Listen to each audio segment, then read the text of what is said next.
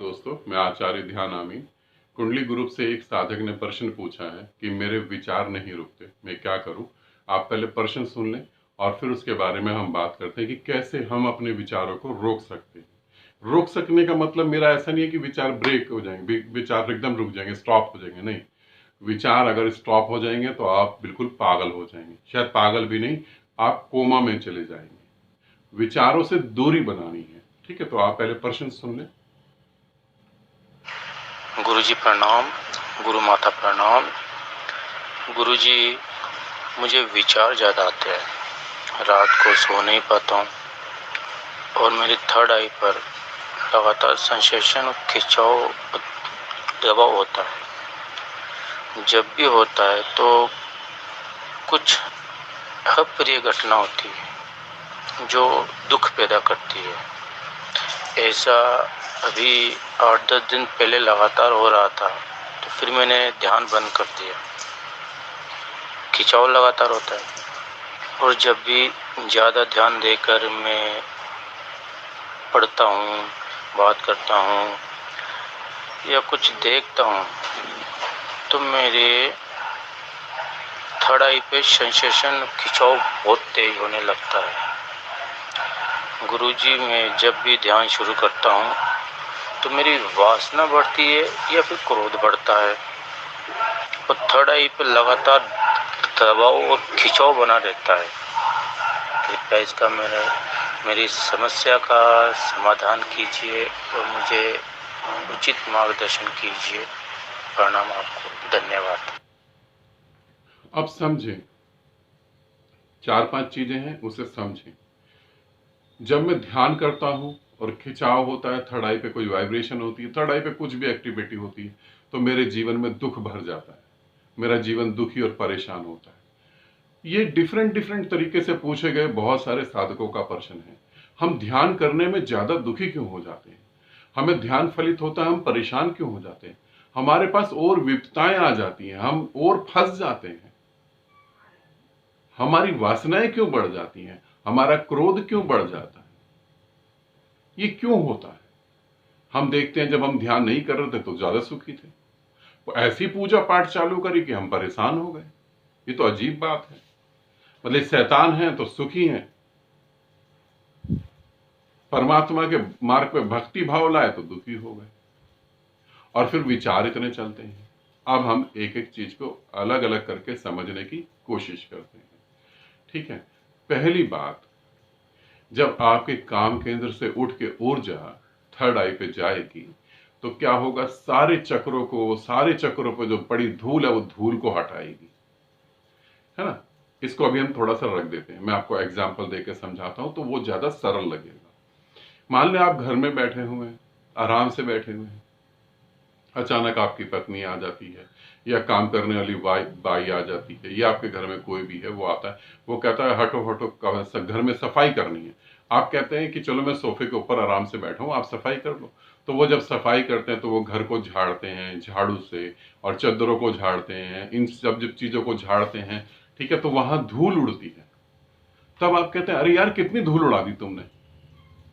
तब वो धूल का तुम्हें पता लगता है, एक्चुअली धूल वो अपने हाथों में लेकर थोड़ी ना उड़ा रहे, मिट्टी वो बाहर से लेकर आके घर के अंदर थोड़ी ना फेंक रहे। धूल तुम्हारे घर में पहले थी, मगर तुम्हें क्यों नहीं पता लगा? क्योंकि सफाई करने की जरूरत नहीं थी। अब जैसे ही सफाई करने की जरूरत पड़ी तो तुम्हें पता लगा अरे हम तो धूल में बैठे हुए हैं, उससे पहले नहीं पता था। एक कहावत है, खाली दिमाग शैतान का, बड़ी प्यारी कहावत है। इसे कहते हैं खाली दिमाग शैतान का। और इस कहावत को समझने वाले बहुत बुद्धिमान और बहुत ही समझदार लोग हैं। तो वो कहते खाली मत बैठो भैया, खाली दिमाग शैतान का। कहावत को समझा ही नहीं। कहावत का मतलब है जब तुम्हारा दिमाग खाली होने लगता तब तुम्हें पहली बार पता लगता कि हमारे दिमाग में शैतानी कितनी है, कि हम कितने खतरनाक हैं, हम कितने बड़े पापी हैं। कबीर ने इस बात को बोला है ना कि बुरा देखन जब मैं चला तो मुझे कहीं कोई बुरा नहीं मिला।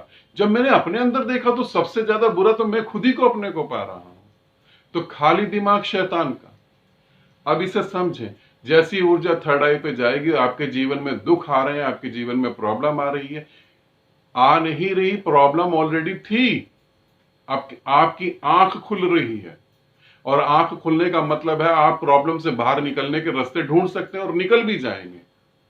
मगर आप कहते हैं मैं तो फिर ध्यान छोड़ देता हूं। फिर ध्यान छोड़ देते हैं तो इसका मतलब क्या हुआ? प्रॉब्लम खत्म हो गई। इसका मतलब हुआ आपने आंख ही बंद कर ली, आती रहे प्रॉब्लम।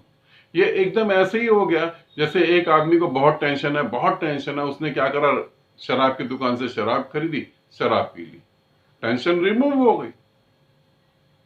जो आदमी इंग्लिश का ए और बी भी नहीं जानता, शराब पीने के बाद वो इंग्लिश में बात करने लगा। अब वो इंटेलिजेंट हो गया, पढ़ा लिखा हो गया, तो अब तो कोई टेंशन ही नहीं रही उसे। मगर सुबह उठा तो टेंशन और बढ़ गई। तो आज आप ध्यान कर रहे हैं और आपके साथ ये चीजें घट रही हैं, आप ध्यान छोड़ दें, 2 साल बाद करेंगे तो ये और ताकत से उठेंगे। विचार बहुत चलते हैं, अब विचारों को समझ ले। ये तो क्लियर हो गया ना कि ध्यान करते हैं तो हमें टेंशन क्यों महसूस होती है और हमारे साथ दुर्भाग्य क्यों घटता है। एक्चुअली दुर्भाग्य पहले से ही घट रहा था, हमें उसका पता नहीं लग पा रहा था। एक छोटा सा एग्जांपल देता हूं, शायद इससे तुम समझ पाओ मेरी बात को। 2 बाल्टियों में पानी ले लो, ठीक है। एक बाल्टी को गैस पर रख दो, उसके गैस को जो है आग पर रख दो, उस बाल्टी के अंदर एक मेंढक डाल दो, या कोई भी पानी का जीव डाल दो, एक मछली डाल दो, और उस पानी को धीरे धीरे गर्म करो धीरे धीरे गर्म करो। उस पानी को तुम 150 डिग्री पे ले आओ। 100 डिग्री तक आते आते वो मछली मर जाएगी या वो मेंढक मर जाएगा, 50 से ऊपर ही जाते मर जाएगा। मगर उस मेंढक को ये नहीं पता लगेगा कि मैं मर क्यों रहा हूं, उसे ये नहीं पता लगेगा। अब ठीक 100 डिग्री या 150 डिग्री पे दूसरी बाल्टी में पानी रखो, और जब वो 150 डिग्री पे हो जाए तो उसमें आप एक मछली या मेंढक डाल दो। वो मेंढक डालोगे और वो मेंढक कूद के एकदम बाहर निकल जाएगा, वो मछली डालोगे तो वो एकदम से बाहर निकल जाएगी। अब इस बात को समझे, धीरे धीरे दुख, परेशानी, वासनाएं तुम्हारी जान ले लेती हैं और तुम्हें कभी पता नहीं लगता कि हम मर रहे हैं, कभी नहीं पता लगता। मगर जब तुम ध्यान करते हो तो तुम अलर्ट हो जाते हो, इतने अलर्ट होते हो कि तुम्हें एक छोटी सी चीज के बारे में भी पता लगने लगता है। तो तुम कहते हो ध्यान से तो दुख बढ़ गया। एक्चुअली ध्यान से दुख नहीं, दुख दिखाई देने लगा। अब तुम मुक्त हो सकते हो। मगर फिर कुछ लोग हैं वो ध्यान बंद कर देते हैं, तो फिर वही बात हो गई, है ना। अब हम विचारों को समझते हैं। जब विचार बहुत ज्यादा चलते हैं और आपको लगता है कि विचार मेरे कंट्रोल से बाहर हो गए, तो आप क्या करते हैं, आप ध्यान करते हैं और आप सोचते हैं ध्यान करने से विचार शांत हो जाएंगे। नहीं मेरे दोस्त, इसे समझना, विचार तुम्हारी समझ से शांत होंगे। विचार ध्यान करने से तुम जो है, ध्यान करने से तुम शांत होगे। उस शांत से एक समझ पैदा होगी कि मैं क्यों विचार कर रहा हूं।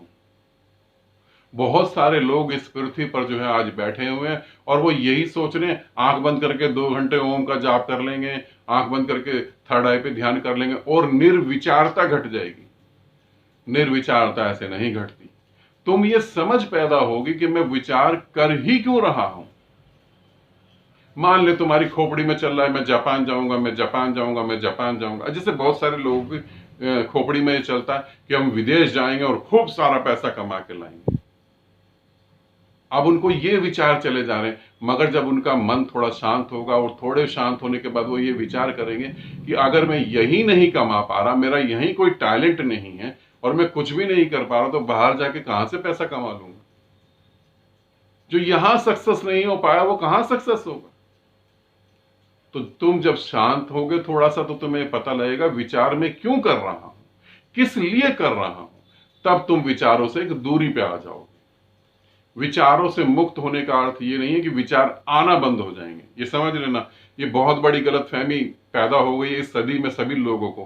क्योंकि एक गुरु ने बोल दिया निर्विचार, तो लोगों ने सोचा निर्विचार का मतलब है विचारों का रास्ता ही रोक दो, आ ही नहीं विचार।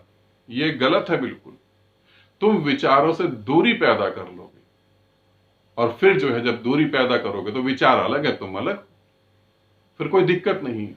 मगर तुम सोचो विचार को ही रोक दूं, तो तुम एक बहुत बड़ा खतरनाक काम करने चल पड़े, नासमझी का। और इस नासमझी के काम से तुम्हें दुख और तकलीफ होगी नहीं, तुम्हारा घर बर्बाद हो जाएगा।